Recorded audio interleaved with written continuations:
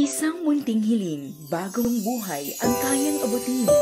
Pakinggan natin ang mga kwento ng pagmamahalan, sakripisyo at tunay na kahulugan ng Pasko sa Chris Plus Stories.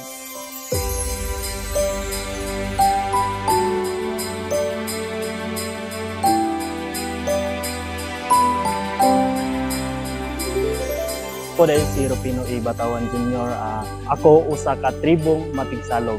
Puyo sa sitio Patag, Barangay Dato, Talumay. Ang diri sa sitio Patag, ang kasagarang nagapuyo diri is mga IP, which is indigenous people. So matawag siya diri nga IP community.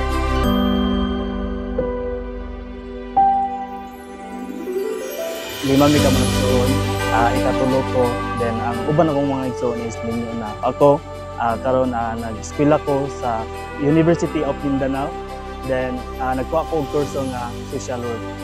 Diri sa amo is ang ginakuan gyud sa among ginikanan, farming, which is magatanom og mga mais, saging, kamuti, balanghoy, og ang uban pang mga kanang mga durable gyud. So mao gyud na ang panginabuhian namo diri sa among sitio.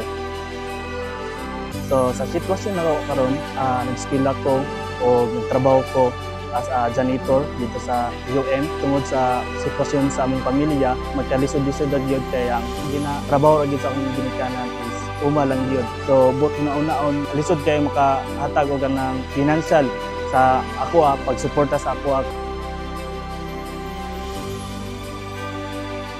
Ang akong wish is as a estudyante magkaroon og laptop kay as a estudyante gyud sa college life, very important gyud kayo ang laptop kay daghan kayo gamit. Hapit na ko mag-intern, so kailangan gyud kayo ang laptop sa ako kay like magbuhat kog research, magbuhat kog thesis or mga case study, very needed gyud kayo ni siya.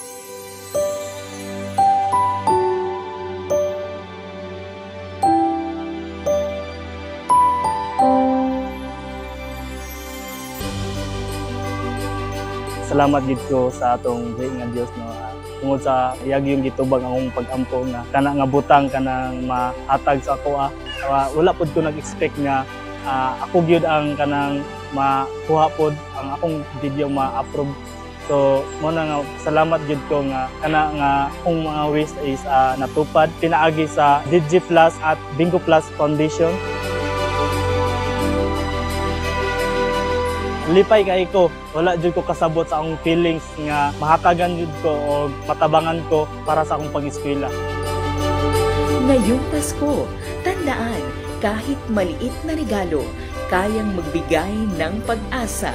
Para sa iba pang inspiring stories, i-follow ang Bingo Plus Foundation sa social media.